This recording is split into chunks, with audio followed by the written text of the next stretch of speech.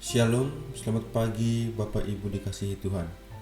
Puji Tuhan, pagi ini kembali lagi kita mau membaca dan merenungkan firman Tuhan. Saya mengajak Bapak Ibu, mari kita berdoa terlebih dahulu. Mari kita berdoa. Terima kasih Bapak yang baik.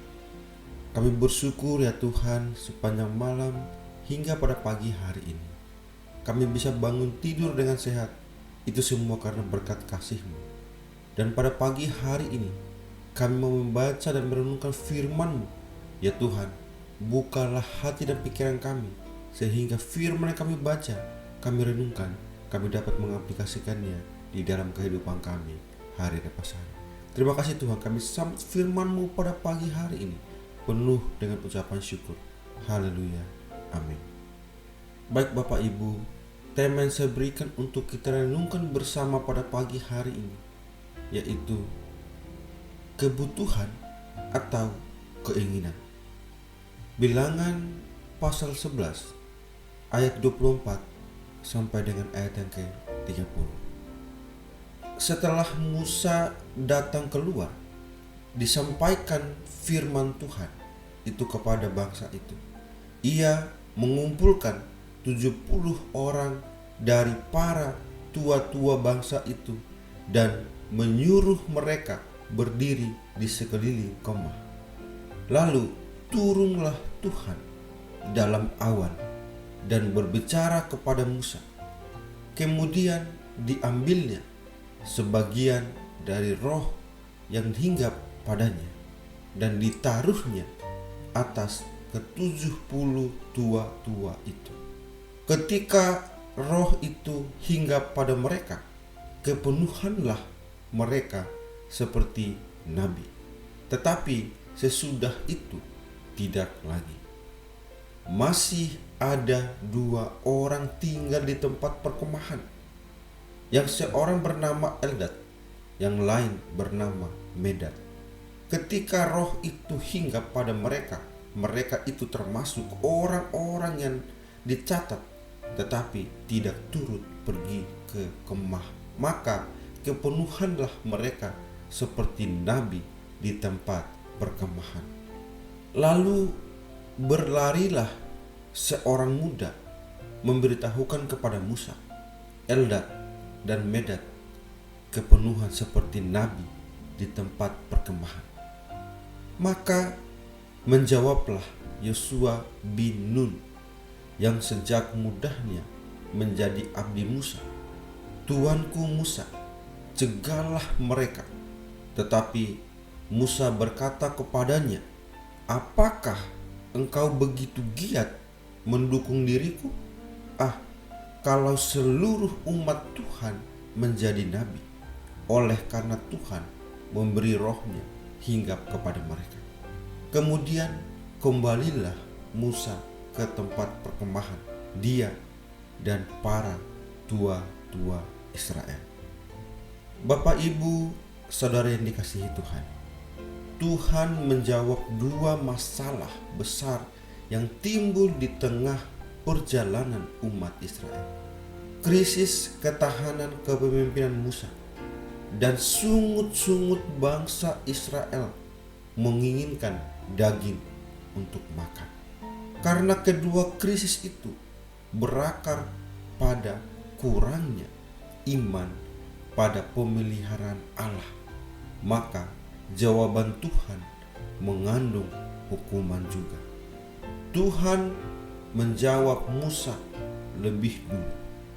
Meski bangsa Israel tidak meminta, tetapi Tuhan tahu bahwa Musa membutuhkannya. Karena itu ia mengirimkan 70 orang tua-tua untuk menolong Musa. Karena tugas mereka tidak mudah.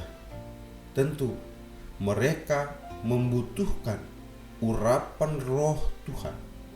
Maka Tuhan mengambil sebagian roh yang ada pada Musa dan menaruhnya atas mereka.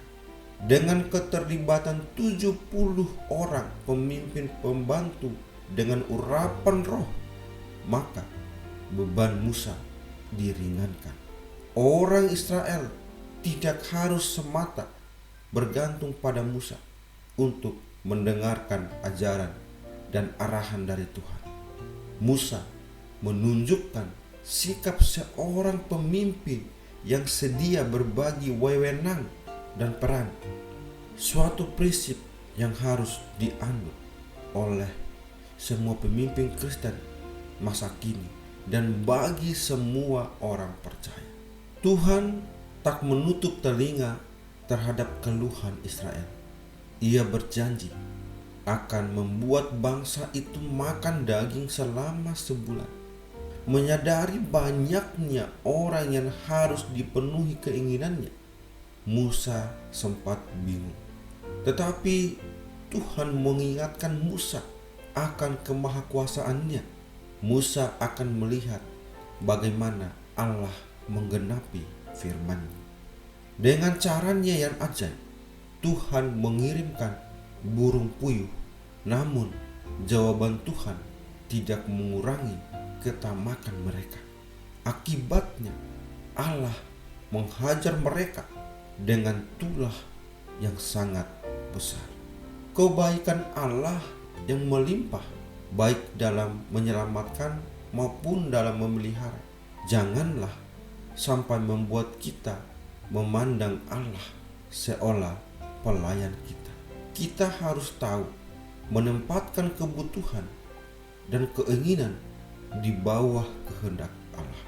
Kita bahkan perlu membedakan keinginan dari kebutuhan, dan dalam segala keadaan tidak mendikte atau memaksa Allah. Di hadapan Tuhan, sungut-sungut merupakan kesalahan yang biasa, mengundang murka Tuhan dan mendatangkan hukuman. Sungut-sungut menunjukkan hilangnya percaya dan pengharapan terhadap Tuhan.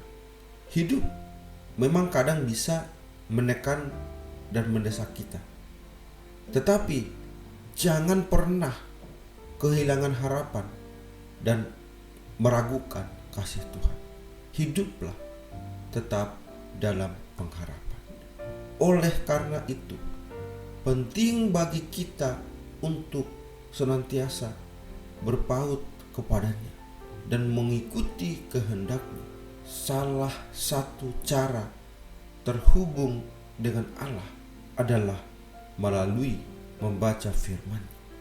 Firman Allah akan mengajar, menyatakan kesalahan, memperbaiki kelakuan, dan mendidik kita dalam kebenaran. Ketaatan pada firman Allah akan membentuk kita selaras dengan kehendak-Nya. Hanya dengan cara demikian, tiap-tiap orang kepunyaan Allah akan dapat diperlengkapi untuk mengerjakan setiap perbuatan baik. Kita tidak membatasi Allah melakukan kehendak-Nya, berhak pun tidak. Sebaliknya, mengikut kehendak-Nya adalah kewajiban kita.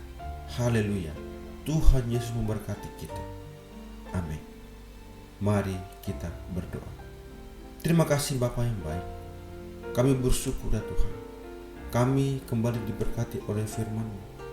Biarlah hidup kami semakin hari semakin bergantung kepada Tuhan, dan hidup kami semakin hanya mengikuti setiap perintah-Mu. Terima kasih ya Bapak untuk firman-Mu. Sebentar lagi kami akan melanjutkan setiap kegiatan kami, aktivitas kami. Tuhan pimpin dan bimbinglah kami. Terima kasih Tuhan, kami serahkan kehidupan kami sepanjang hari ini, aktivitas kami ke dalam tangan Tuhan. Di dalam nama-Mu Bapa, kami berdoa dan kami bersyukur. Haleluya. Amin.